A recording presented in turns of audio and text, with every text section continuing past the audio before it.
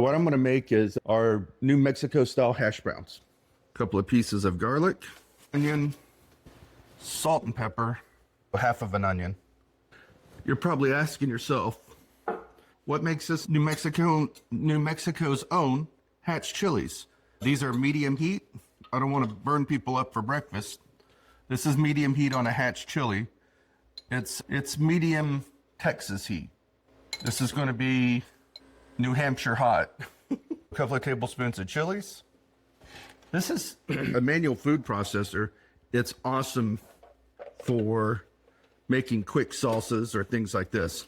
So I'm going to give a couple of whirls and it's ready to go. I'm going to set this aside. I got my ghee and of course the star of the show, potatoes. I have par cooked these potatoes.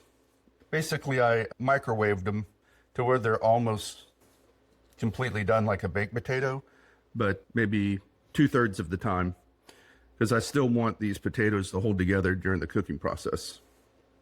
I don't want to make mashed potatoes. I'm going to peel these and cut these in rounds. They'll fall apart a little bit during the frying process. Start my pan out on medium.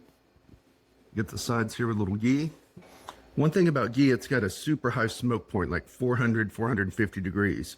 It's great for seasoning a pan like this. So what I'm going to do, I'm not going to wait for it to smoke. So I'm looking for that shimmer. And I've got the bottom of my pan just about covered. I'm going to add just a little more. I'm going to add my potatoes and give them a nice fry. See how we're doing. We're getting there.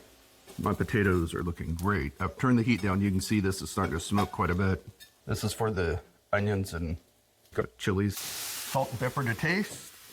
Giving my onions and peppers a little color, and then I'm going to mix it all together.